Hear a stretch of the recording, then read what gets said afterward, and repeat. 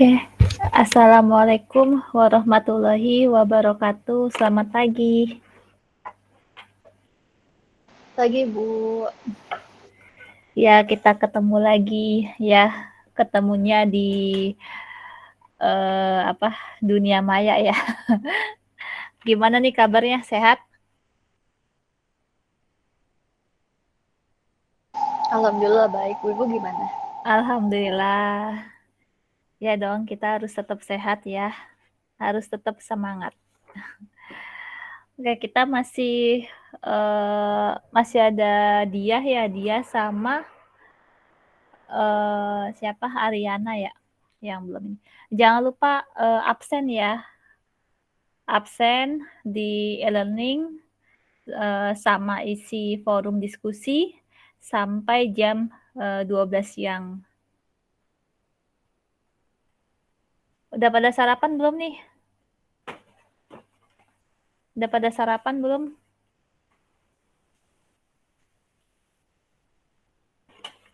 Tadi udah sih, Bu.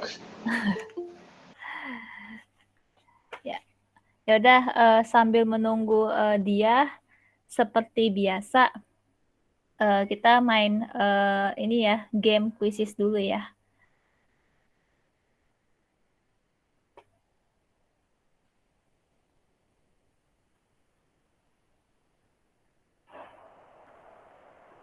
Ya. Ini kodenya 774247.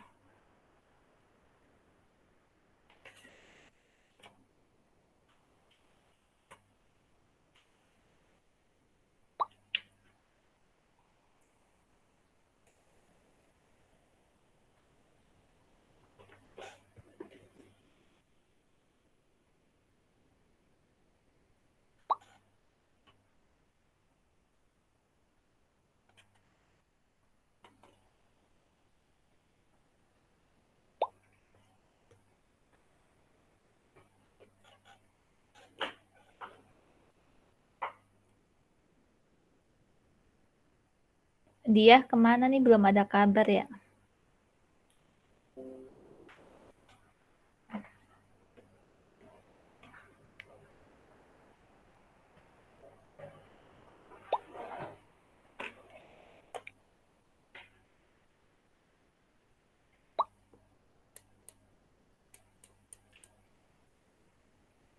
Ya, sudah semua ya. Kita tunggu dia dulu deh.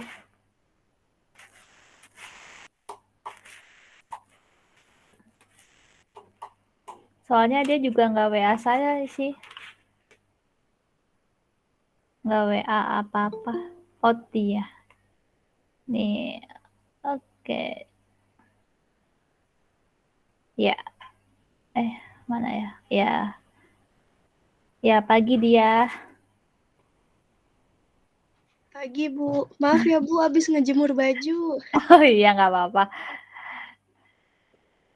Nih sekarang masuk ke joinmakequiz.com. Kodenya 774247.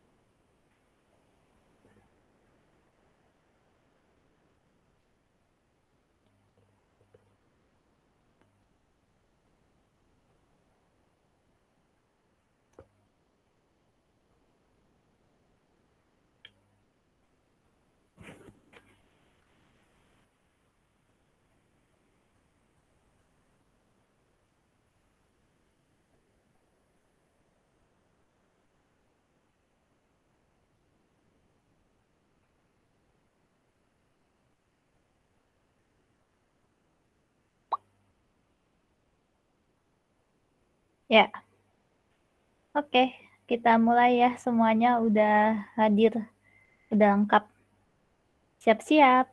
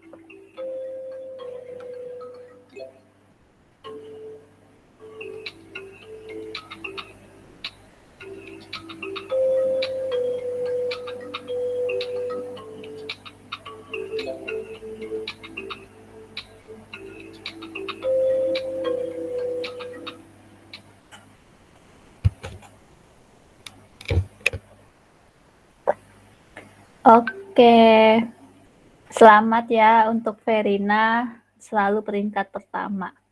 Desinta kedua, ya jawabannya benar semua. Ariana salah 2, Dia salah 1, Dedi ada kemajuan ya, biasanya paling bawah nih peringkat 5, salah 3, Azara salah 2. Oke. Sekarang kita langsung aja ke materi hari ini ya. materi hari ini tentang akuntansi pajak penghasilan. Nah, di sini tujuan pembelajarannya yang pasti kita harus dapat memahami dari sisi pengakuan, pengukuran, pelaporan, dan pengungkapan akuntansi pajak penghasilan. Ya, serta kita juga harus bisa menyusun pembukuan atau pencatatan yang terkait dengan akuntansi pajak penghasilan. Serta kita juga bisa membahas kasus yang berhubungan dengan akuntansi pajak penghasilan. Nah, di sini teorinya saya minta tolong dibacakan ya supaya kalian juga baca. Ini kan teorinya ada 8 slide, berarti 4 ya. Satu orang berarti 4 slide. Siapa ya? Ini deh tadi apa ya? Bentar. Ini aja. Yang paling bawah Az-Zahra. Ya. Az-Zahra tolong dibacakan. Akuntansi pajak penghasilan. Akuntansi pajak penghasilan diatur dalam Persyaratan Standar Akuntansi Keuangan Nomor 46 menggunakan dasar akrual yang mengatur pajak penghasilan yang kurang dibayar atau terutang. Pajak yang lebih dibayar dalam masa pajak mengakui aset pajak tangguhan dan mengakui kewajiban pajak tangguhan terhadap konsekuensi pajak periode depan atas transaksi yang telah diakui sebagai unsur laba komersial tetapi belum diakuinya sebagai laba fiskal. Dasar akrual dalam akuntansi pajak karena faktor kepastian peraturan pajak dan digunakan sistem penilaian pribadi sebagai dasar pemungutan pajak. Prinsip dasar akuntansi pajak penghasilan sesuai Pernyataan Standar Akuntansi Nomor 46 adalah 1. Pajak penghasilan yang lebih bayar tahun saat ini diakui sebagai aset pajak kini, sedangkan pajak penghasilan yang kurang dibayar saat ini terutang diakui sebagai kewajiban pajak kini. 2. Konsekuensi pajak periode depan yang dapat diatribusikan dengan perbedaan kontemporer atau perbedaan waktu, maka pemungutan pajak diakui sebagai kewajiban pajak tangguhan, sedangkan efek perbedaan kontemporer atau perbedaan waktu yang dikurangkan dan sisa kerugian yang belum dikompensasikan diakui sebagai aset pajak tangguhan. 3. Pengukuran aset pajak dan kewajiban pajak didasarkan pada peraturan perpajakan yang berlaku. 4. Penilaian kembali aset pajak tangguhan harus dilaksanakan pada setiap tanggal laporan posisi keuangan berhubung dengan dapat atau tidaknya pemulihan aset pajak tangguhan direalisasikan dalam periode depan. Dalam Pernyataan Standar Akuntansi Keuangan Nomor 46 Paragraf 77, pemberian petunjuk pengenaan kepada wajib pajak untuk memilih adalah 1. Menghitung pajak penghasilan dasar laba akuntansi, tapi dengan menyediakan selisih pengaruh perhitungan tersebut dari pajak penghasilan yang terutang sesuai dengan Undang-Undang Pajak sebagai akibat beda waktu pengakuan pendapatan dan beda beban di dalam laporan posisi keuangan sebagai pajak penghasilan yang ditangguhkan untuk selanjutnya dialokasikan sebagai beban pajak penghasilan atau beban fiskal tahun berikutnya. 2. Menghitung pajak penghasilan berdasarkan laba fiskal atau penghasilan kena pajak dan tidak menyajikan pengaruh di dalam laporan posisi keuangan. Akuntansi pajak penghasilan sesuai Pernyataan Standar Akuntansi Nomor 46 bertujuan mengatur pelakuan akuntansi untuk pajak penghasilan yang meliputi pada pengakuan, penilaian, penyajian, pengungkapan pajak penghasilan dan pengaruhnya. Karena faktor beda tetap dan beda waktu yang mengakibatkan koreksi fiskal dan menekankan akuntansi pada penghasilan adalah 1. Pertanggungjawaban konsekuensi pajak pada periode saat ini dan periode depan adalah A. Nilai tercatat aset yang diakui pada laporan posisi keuangan perusahaan dan pelunasan nilai tercatat kewajiban yang diakui pada laporan posisi keuangan perusahaan. B. Transaksi atau peristiwa lain pada periode saat ini yang diakui pada laporan keuangan komersial perusahaan. 2. Pengakuan aset pajak tangguhan yang berasal dari sisa kerugian yang belum dikompensasikan dan penyajian pajak penghasilan di laporan keuangan komersial perusahaan. Ya, terima kasih banyak ya Az-Zahra. Oke, sekarang selanjutnya Dedi. Perbedaan temporer atau perbedaan waktu. Perbedaan temporer terhadap jumlah dilaporkan dalam keuangan komersial dengan laporan fisikal dapat akibat perbedaan waktu, pengakuan pendapat, dan beban. Hal ini berakibat adanya penundaan pengakuan. Perbedaan temporer. Sebagai perbedaan antara dasar pengenaan pajak dari aset dan kewajiban dengan nilai tercatat pada aset atau kewajiban yang berakibat pada perubahan laba fisikal periodik depan. Terjadinya perubahan tersebut dapat bertambah dan berkurang pada saat aset dipulihkan atau kewajiban dilunaskan atau dibayarkan. Perbedaan temporer ini berakibat harus diakui aset pajak tangguhan dan kewajiban pajak tangguhan. Contoh, 1. Penyusutan aset tetap dengan umur ekonomi 10 tahun, tetapi menurut aturan perpajakan hanya terbatas 4 tahun karena termasuk dalam pajak kelompok 1. Sehingga alokasi beban penyusutan dalam jangka waktu yang berbeda. 2. Armoritas aset tidak berwujud atau goodwill. 3. Metode penilaian persediaan.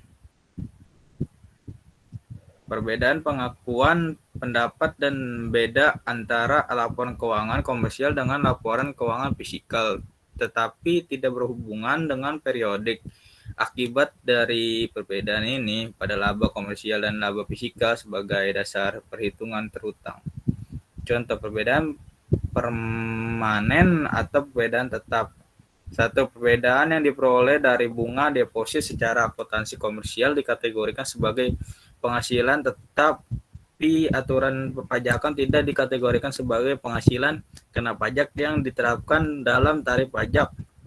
Pasal 17 Undang-Undang Pajak Penghasilan karena pengenaan pajak atas bunga deposit bersifat finansial atau pajak penghasilan pasal 4 ayat 1.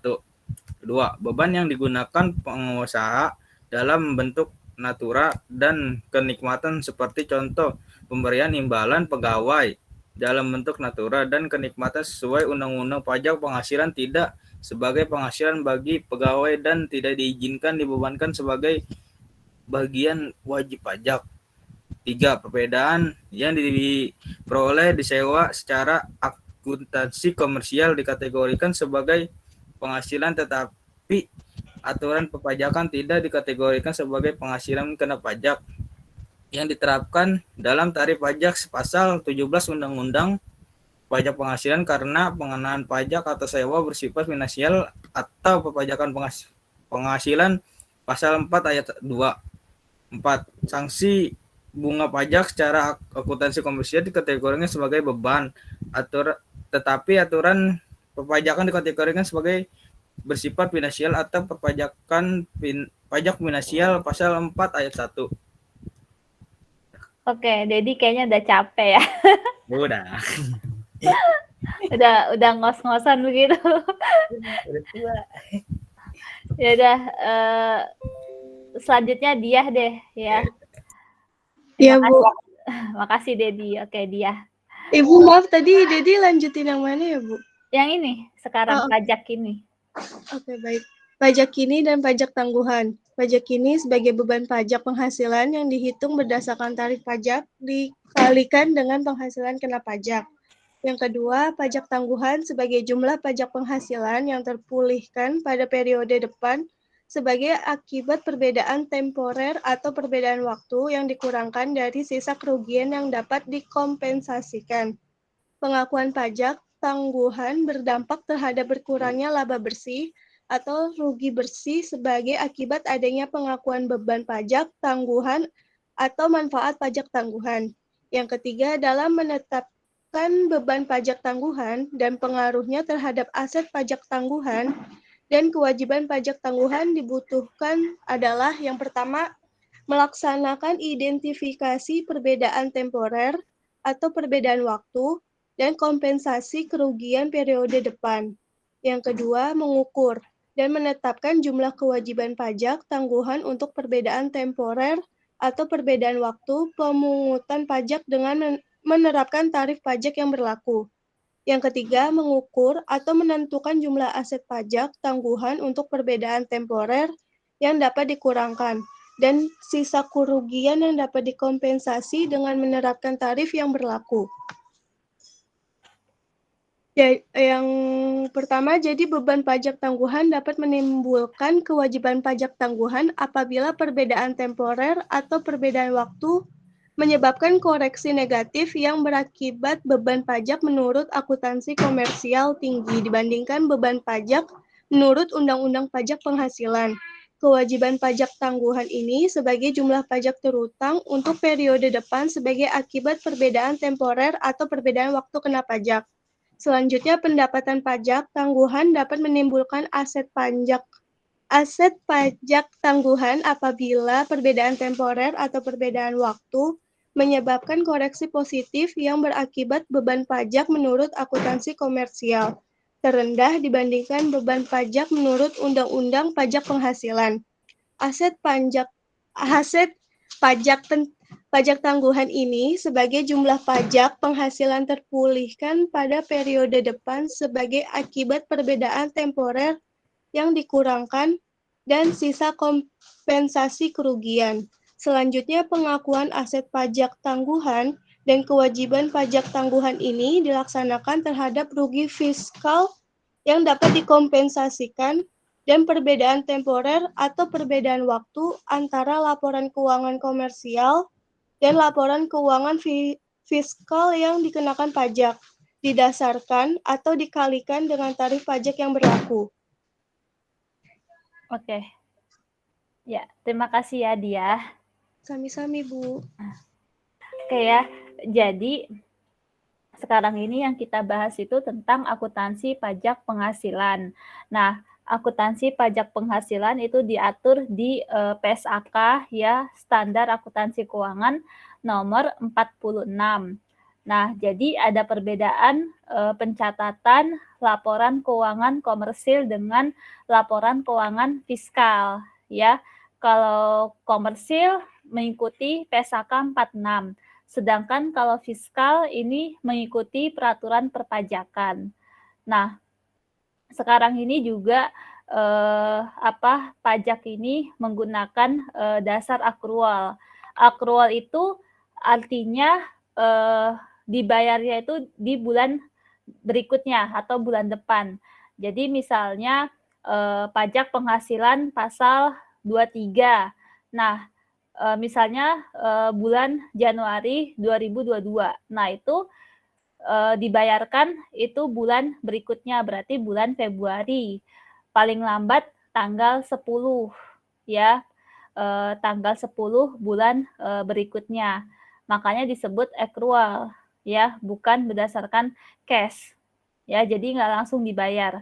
Nah, kemudian di sini juga sekarang kita sudah menganut sistem pemungutan pajak yaitu self assessment system. Jadi sistem penilaian pribadi. Jadi kita menghitung sendiri pajaknya, kemudian kita menyetor dan kita melaporkan pajak secara pribadi. Ya, jadi kita lakukan sendiri. Ya, kita yang melakukan pembukuan sendiri, kita menghitung, kita menyetor dan melaporkan. Nah, kalau untuk penyetoran itu rata-rata paling lambat itu tanggal 10 bulan berikutnya. Kalau untuk pelaporan itu paling lambat akhir bulan berikutnya setelah dilakukan penyetoran. Nah, di sini saya mau tanya, udah pernah mata kuliah perpajakan belum? Perpajakan udah pernah belum? Baru di semester ini, Bu. Oh, baru semester ini. Oke. Dosennya siapa? Ibu Grace. Oh, Ibu. Oke. Nah, berarti kalian udah paham dong ya tentang pajak penghasilan? Udah diajarin kan ya? Pasti perhitungannya gimana? PPh. Iya, Bu. Ya, dari PPh pasal 21, 22, 23, 24, ya, 25, 26. Coba saya tanya, kalau PPh pasal 21 tentang apa?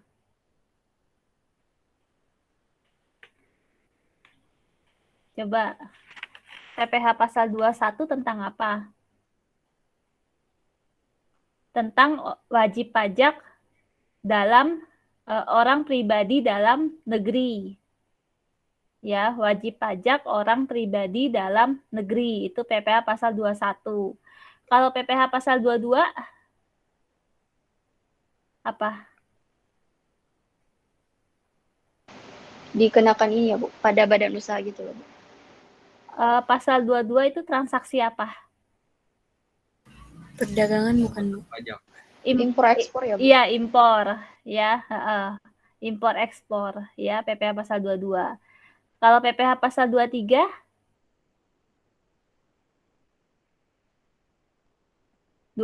itu biasanya yang bentuknya badan perusahaan ya, PT atau CV. Nah, itu biasanya bukan biasanya sih, memang PPh pasal 23 itu tentang apa namanya, jasa. Ya, semua jasa itu dikenakan PPh pasal 23. Jasa, kemudian dividen ya, itu tarifnya 2%.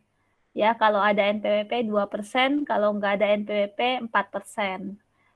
Nah, tadi kalau yang PPh pasal 21 itu menggunakan tarif pajak progresif. Ya, progresif. Sesuai dengan PKP-nya, penghasilan kena pajak. Ya. Nah, kalau PPh pasal 24 apa? 24? Apa 24? Di sini ada nih, PPh pasal 24. 24 itu maksimal yang boleh dibebankan ketika memiliki penghasilan dari luar negeri. Jadi misalnya nih kita punya aset di luar negeri, kita sewakan. Nah, itu dikenakan PPh pasal 24. Ada maksimalnya gitu, ada perhitungannya. Ya. Nah, kalau PPh pasal 25 itu terkait PPh kurang bayar ya. Kalau PPh pasal 29 PPh lebih bayar. Kemudian kalau PPh pasal 26 itu terkait wajib pajak orang pribadi luar negeri. Ya. Itu PPh pasal 26, tarifnya 20%. Ya. Jadi kalau orang luar negeri dia tidak pakai NPWP ya. Tapi dia harus punya KITAS ya kalau nggak salah tuh. Ya, tetap harus ada kartu identitas. Ya, dikenakan tarif 20%. Itu PPh orang pribadi luar negeri. Nah, di sini yang kita pelajari di akuntansi keuangan secara umum ya, kita membandingkan pencatatan secara komersil dengan fiskal ya. Yang terpenting ini nih ya, kita mencatat akuntansi pajak penghasilan sesuai PSAK nomor 46 ya. Yang pertama, ketika pajak penghasilan lebih bayar di tahun saat ini, maka diakui sebagai aset pajak kini. Ya, jadi kalau lebih bayar diakui sebagai aset pajak kini. Sedangkan apabila pajak penghasilan kurang bayar, maka diakui sebagai kewajiban atau utang. Ya, jadi kalau kurang bayar, kita berarti masih punya utang kepada pemerintah ya. Gitu. Nah, kemudian di sini ya ada dua perbedaan temporer dan perbedaan permanen ya. Nah, di sini nih yang menyebabkan adanya perbedaan antara laporan keuangan komersil dengan laporan keuangan fiskal ya. Nah, jadi kalau perbedaan temporer itu contoh transaksinya misalnya penyusutan aset tetap ya.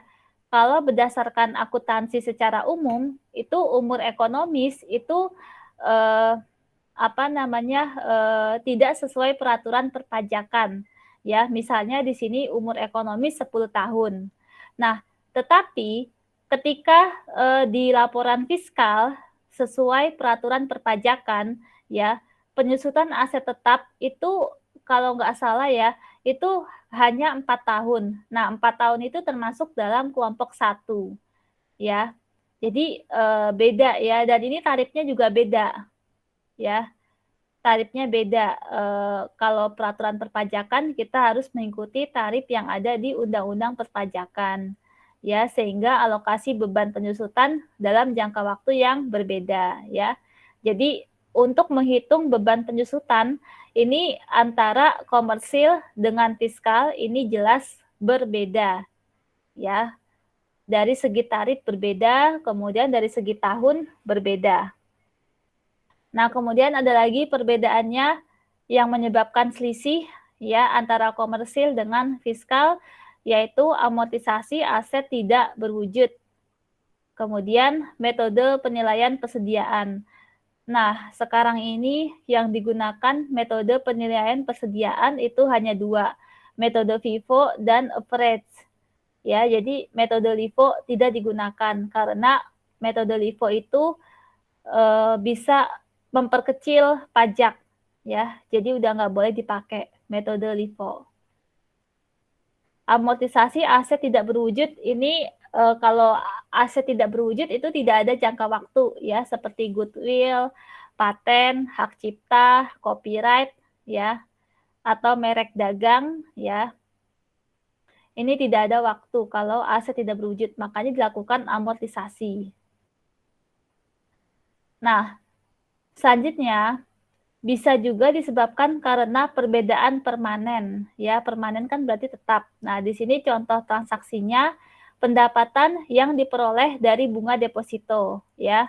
Nah, ini dikenakan pajak penghasilan pasal 4 ayat 2 final. Kemudian beban yang digunakan dalam bentuk natura dan kenikmatan. Contohnya misalnya bonus, ya, atau sembako, ya. Misalnya karyawan memperoleh sembako. Nah, itu tidak dikenakan pajak penghasilan karena bentuknya natura dan kenikmatan, ya, gitu. Kemudian yang ketiga, pendapatan yang diperoleh dari sewa, ya. Apalagi kalau misalnya sewa gedung. Kalau sewa tanah ya. Sewa tanah itu dikenakan PPh pasal 4 ayat 2 final, ya, kalau sewa tanah. Kemudian sanksi bunga pajak secara akuntansi komersil dikategorikan sebagai beban, ya, tetapi sedangkan di peraturan perpajakan itu dikategorikan sebagai PPh pasal 4 ayat 2 final. Jadi jelas berbeda ya antara laporan keuangan komersil dengan laporan keuangan fiskal. Nah, nanti supaya lebih paham lagi. Nah, ini nih yang terpenting juga yang ini.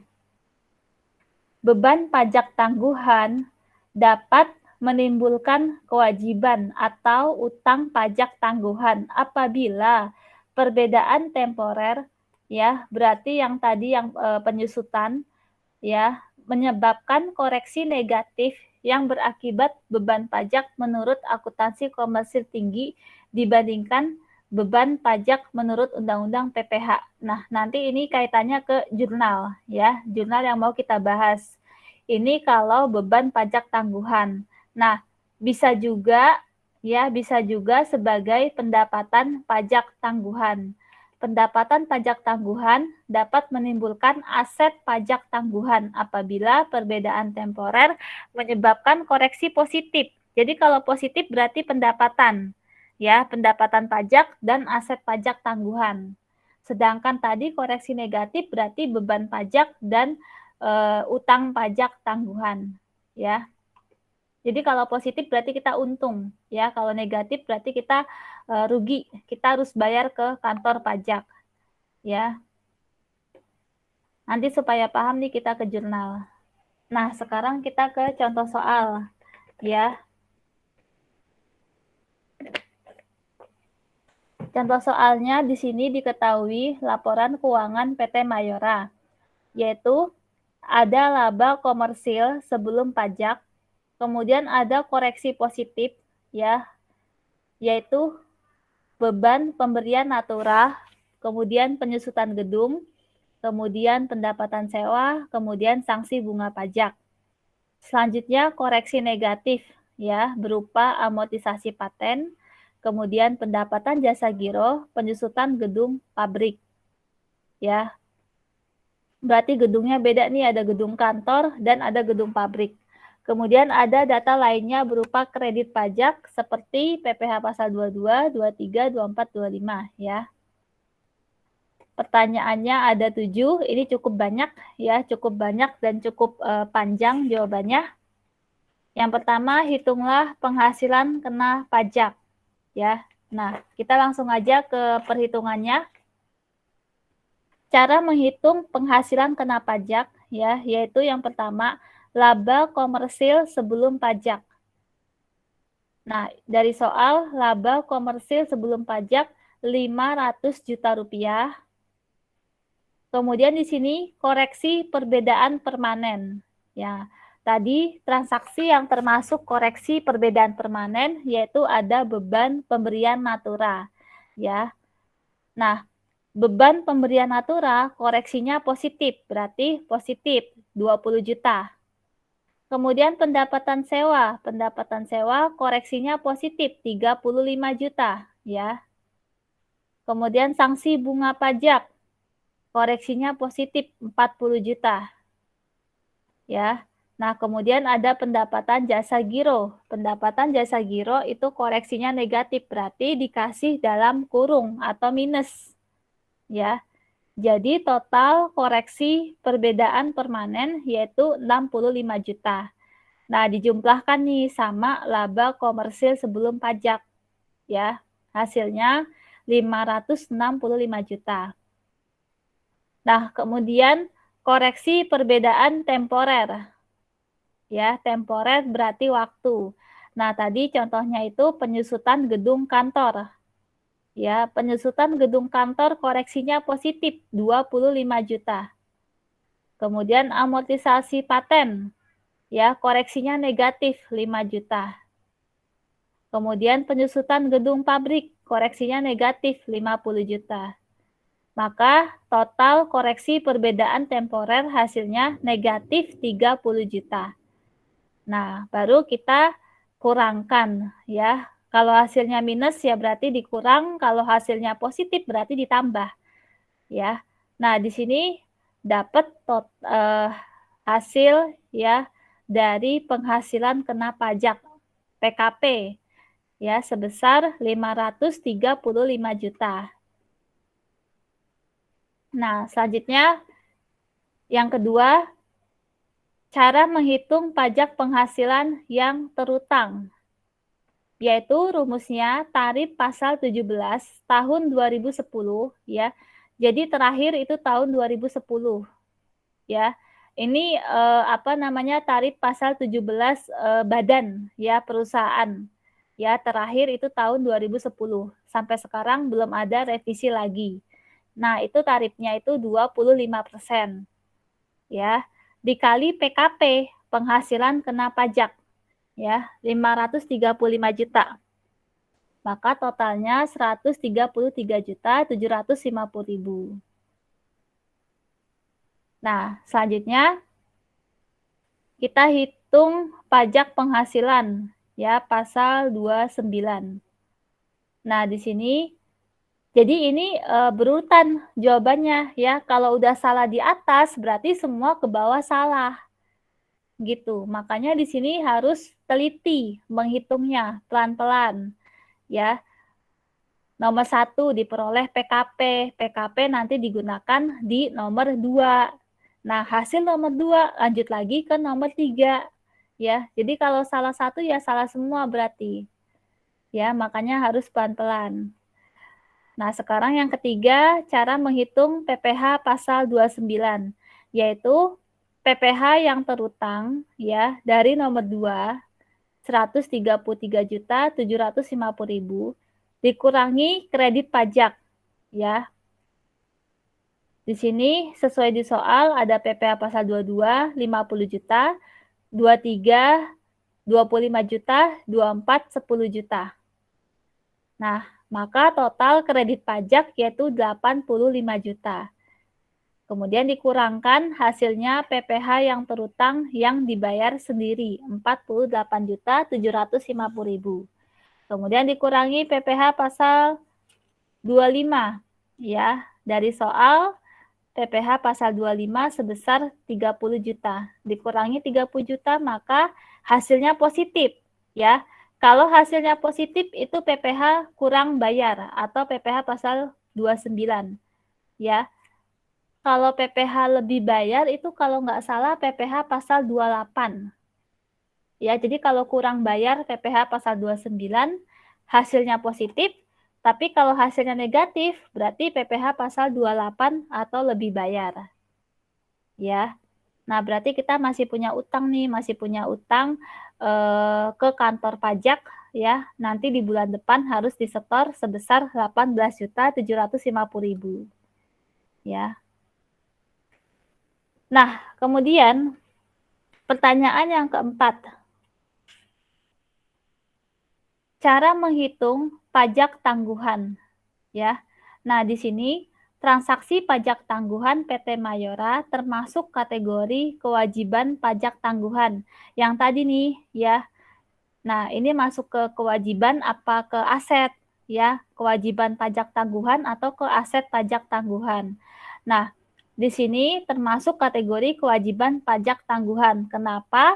Karena perhitungan perbedaan temporer ya atau perbedaan waktu menghasilkan koreksi negatif yang berakibat beban pajak menurut akuntansi komersil tinggi dibandingkan dengan beban pajak menurut Undang-Undang Pajak Penghasilan. Nah, tahu dari mana perbedaan temporer hasilnya koreksinya negatif? Kita lihat jawaban nomor 1 ya. Jawaban nomor 1 itu hasilnya negatif 30 juta. Ya. Negatif 30 juta total koreksi perbedaan temporer. Nah, maka di sini ya, kalau hasilnya koreksi negatif, maka disebut kewajiban pajak tangguhan. Ya. Nah, kebalikannya apabila total koreksi perbedaan temporer hasilnya positif, maka termasuk kategori aset ya, aset pajak tangguhan. Ya. Nah, makanya di sini karena hasilnya negatif, maka disebut kewajiban pajak tangguhan. Rumusnya tarif pasal 17 tahun 2010 yaitu 25% dikali jumlah koreksi perbedaan temporer ya, dikali ini yang jawaban nomor 1 30 juta ya. Jadi hasilnya 7.500.000 rupiah. Ya, jadi jangan sampai kebalik ya menentukan kewajiban pajak tangguhan. Ya, jadi kalau perbedaan temporer hasilnya positif berarti disebut aset pajak tangguhan. Ya, jangan sampai kebalik. Nah, selanjutnya yang kelima, Jurnal Transaksi Pajak Penghasilan ya tanggal 31 Desember 2021 yaitu pajak penghasilan badan pajak kini ya, PPh badan pajak kini. Ini dari jawaban nomor 2, PPh yang terutang. Ya, PPh yang terutang di debit 133.750.000. Kemudian beban pajak tangguhan 7,5 ya. Jadi kalau kewajiban pajak tangguhan itu pasangannya beban pajak tangguhan. Ya, kalau aset pajak tangguhan pasangannya pendapatan pajak tangguhan. Ya, jadi di sini karena hasilnya kewajiban pajak tangguhan, maka di sini dicatat sebagai beban pajak tangguhan sebesar Rp7.500.000. Kemudian kalau beban kan bertambah di debit ya. Nah, selanjutnya kewajiban pajak tangguhan bertambah di kredit ya. Ini dari nomor 4 7,5. Kemudian PPh pasal 22 dibayar di muka. Ini semua dari soal ya 22, 23, 24 ya. 25 ya atau dari jawaban nomor 3 ya. Bisa dilihat dari jawaban nomor 3. Ya, kemudian ya, ini yang terakhir PPh pasal 29 terutang. Jadi kalau kurang bayar itu posisinya di kredit. ya, karena PPh itu disebut sebagai utang. Ya, kalau kurang bayar posisinya di kredit. Kalau lebih bayar posisinya di debit. Ya. Nah, ini kan jawabannya kewajiban pajak tangguhan. Nah, kalau aset pajak tangguhan, ya tinggal dibalik aja. Berarti aset pajak tangguhan di debit, ya, kemudian yang dikredit pendapatan pajak tangguhan. Nah, biasanya kalau aset sama pendapatan itu biasanya hasilnya lebih bayar, ya. Jadi bukan bukan kurang bayar, biasanya lebih bayar. Jadi kalau lebih bayar itu masuknya ke aset pajak tangguhan dan pendapatan pajak tangguhan, ya. Oke, selanjutnya menyusun laporan laba rugi komersil setelah pajak. Yaitu caranya laba komersil sebelum pajak sesuai di soal 500 juta, kemudian dikurangi PPh badan pajak kini, ya, jawaban dari nomor 2 ya 133.750.000, kemudian ditambah PPh badan beban pajak tangguhan yaitu 7,5 ya. Jadi kalau beban bertambah, tapi kalau pendapatan dan aset pendapatan ya enggak aset ya, berarti aset. Kalau aset pajak tangguhan berkurang. Kalau beban bertambah. Nah, maka di total jumlah pajak penghasilan badan sebesar 141.250.000. Maka dijumlahkan hasilnya laba komersil setelah pajak. Hasilnya positif ya, hasilnya positif berarti disebut laba. Kalau hasilnya negatif itu disebut rugi, ya, rugi komersil setelah pajak. Nah, kemudian yang terakhir, jurnal perusahaan menyetor PPh ke kas negara melalui bank. Ya, nah, yang tadinya PPh dikredit, ya, sekarang mau kita bayar. Nah, kalau kita bayar berarti posisinya pindah ke debit.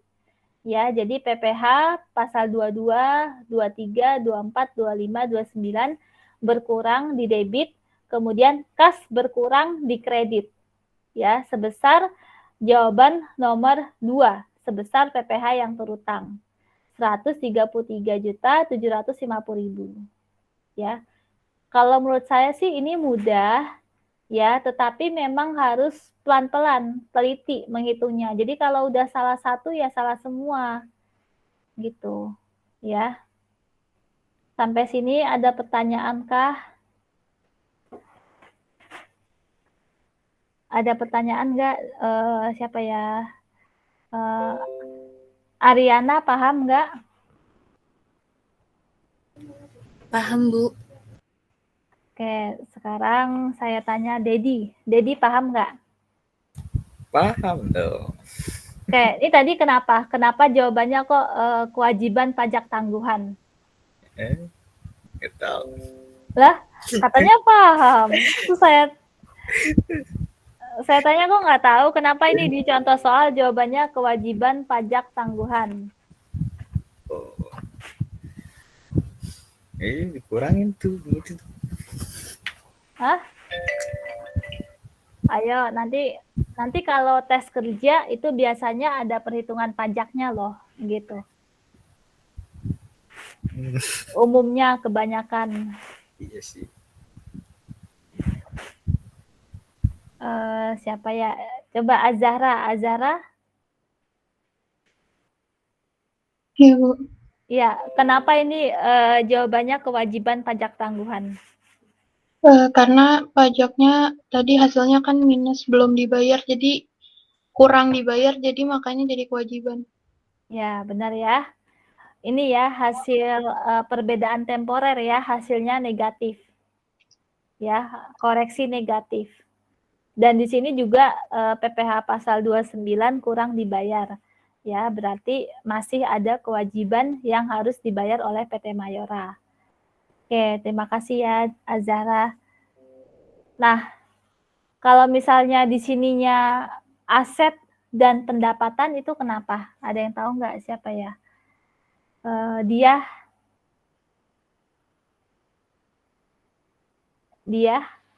Ya, Bu. Ya, misalnya di sini saya ganti nih aset pajak tangguhan di debit, kemudian pendapatan pajak tangguhan di kredit. Nah, itu kenapa?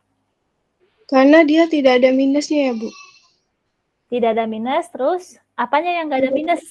Itu yang koreksi negatifnya, jadi koreksi positif gitu, Bu. Oh iya, ini ya perbedaan temporer. Iya, dia Ya, masuk gitu. ya, terus apa lagi? Sama perusahaannya itu tidak mempunyai beban pajak ya, Bu ya? Ini apa perusahaannya lebih bayar. Oh iya, itu maksudnya. Ya, jadi kelebihan bayar pajak gitu. Ya, jadi kelebihan bayar pajak maka dimasukkan di aset dan pendapatan. Ya, oke. Terima kasih dia, ya udah paham sih. Oke, ada pertanyaan nggak nih? Tinggal Dedi nih. Dedi harus banyak lagi belajar. Nanti kalau sidang skripsi itu pertanyaannya kan ada kompre ya, ada kompre akuntansi. Nah, itu pertanyaannya itu dari semester pertama, dari pengantar, ya. Pokoknya yang semua terkait akuntansi itu ditanyakan pada saat sidang kompre akuntansi, gitu. Dan pada saat sidang skripsi, ya.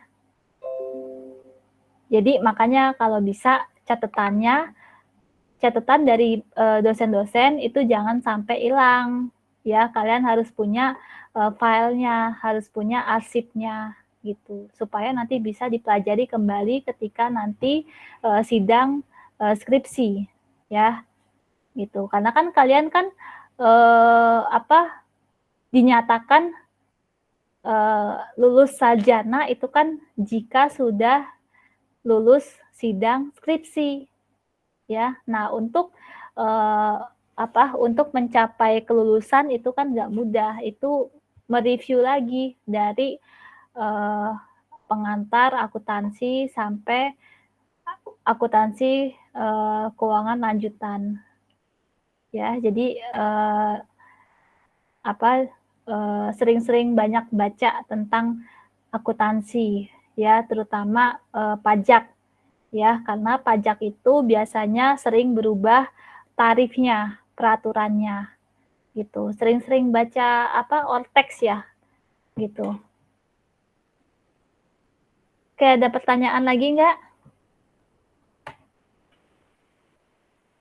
Ya, jadi tugasnya cukup banyak dan harus hati-hati menghitungnya supaya tidak salah, ya. Karena kalau udah salah di nomor 1, berarti ke bawah salah semua, ya. Oke, ada pertanyaan nggak?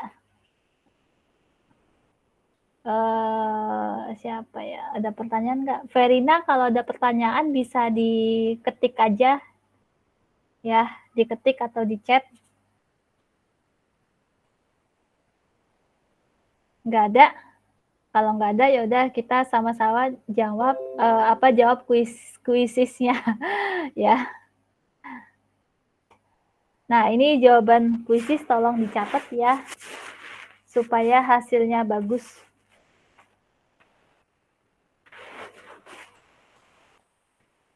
Pertanyaan pertama, akuntansi PPH diatur dalam PSAK nomor 46.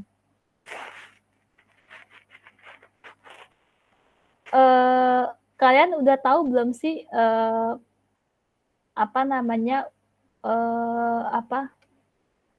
dulu dari pengantar udah belajar PSAK belum? Kan PSAK banyak, ada PSAK 1, PSAK 2, PSAK 3, 4 gitu. Ada yang pernah lihat nggak? Pernah baca?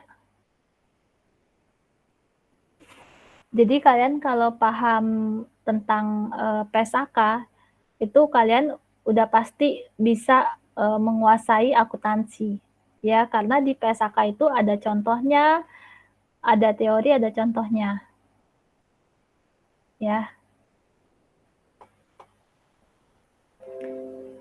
Tapi tidak semua perusahaan menggunakan PSAK. Cuma perusahaan yang sudah go public, yang sudah TBK itu wajib menyusun laporan keuangan sesuai PSAK.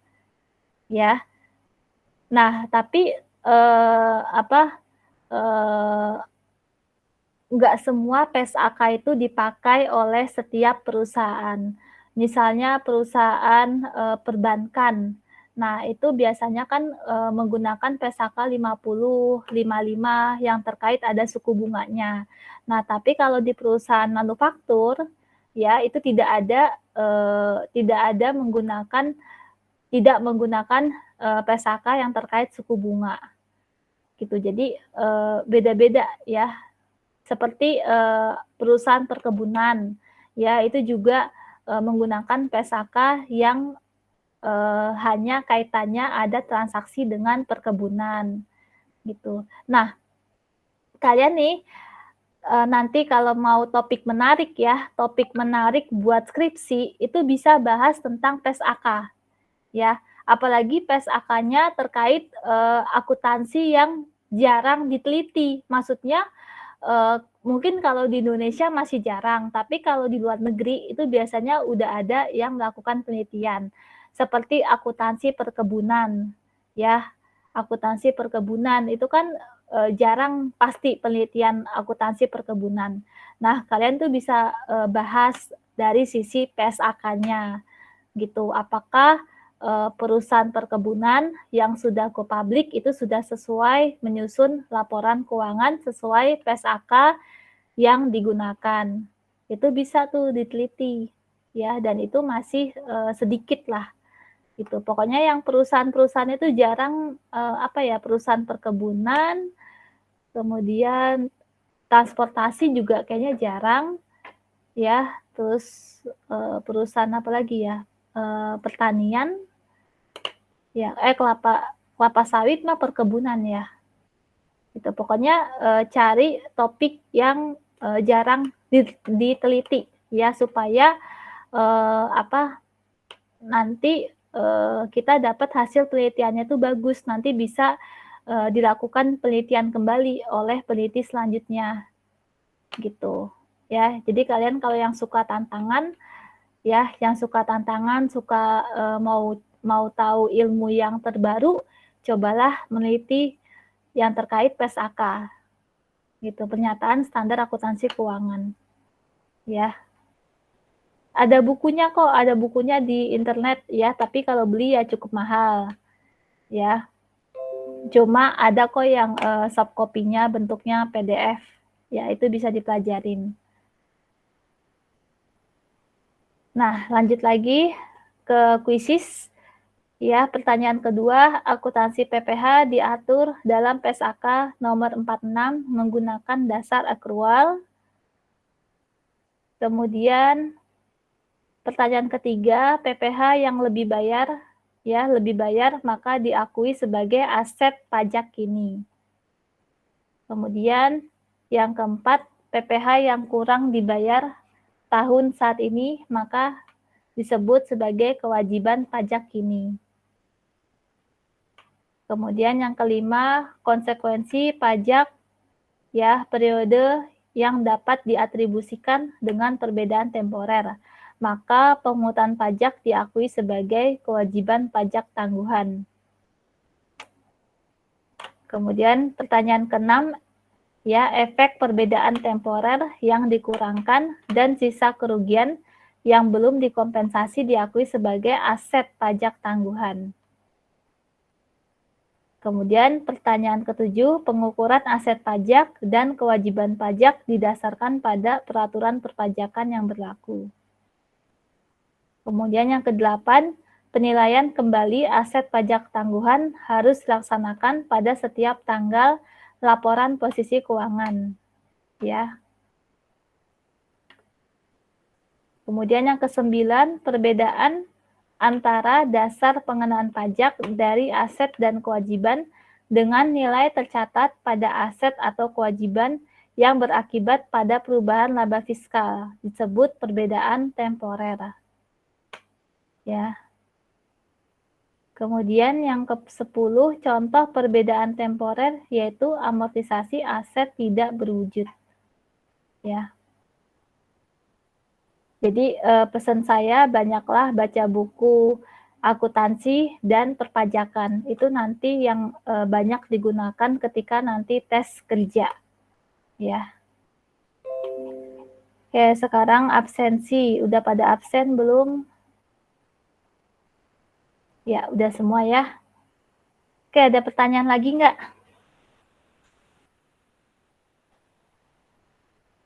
Ada pertanyaan lagi? Kalau nggak ada, kita foto bersama. Ya.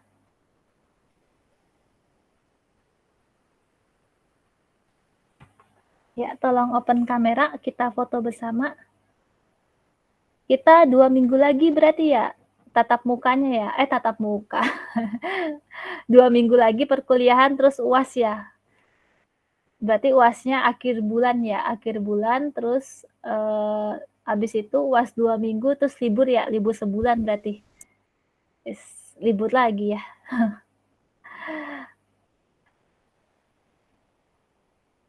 Nih hari ini saya baru mau buat soal UAS ya, UAS akuntansi keuangan 2 gitu. Nanti seperti biasa saya kasih tahu ya di WA. Oke, kita foto dulu ya. Desinta lagi di luar, tumben Abang. Oke ya, 1, 2, 3. Oke, ya. Nggak ada pertanyaan lagi nih. Ada nggak? Nggak ada. Ya udah. Selamat mengerjakan tugasnya ya. Hati-hati menghitungnya karena kalau udah salah di nomor 1, salah semua ke bawah. Dan saya nanti bingung ngasih nilainya berapa. Kalau udah ada yang salah gitu, gimana ya? Padahal caranya udah benar. Tapi misalnya ngetik kalkulatornya itu yang masih salah itu gimana ya? Ya mudah-mudahan sih masih saya toleransi ya. Cuma nanti kalau ujian ya harus lebih teliti.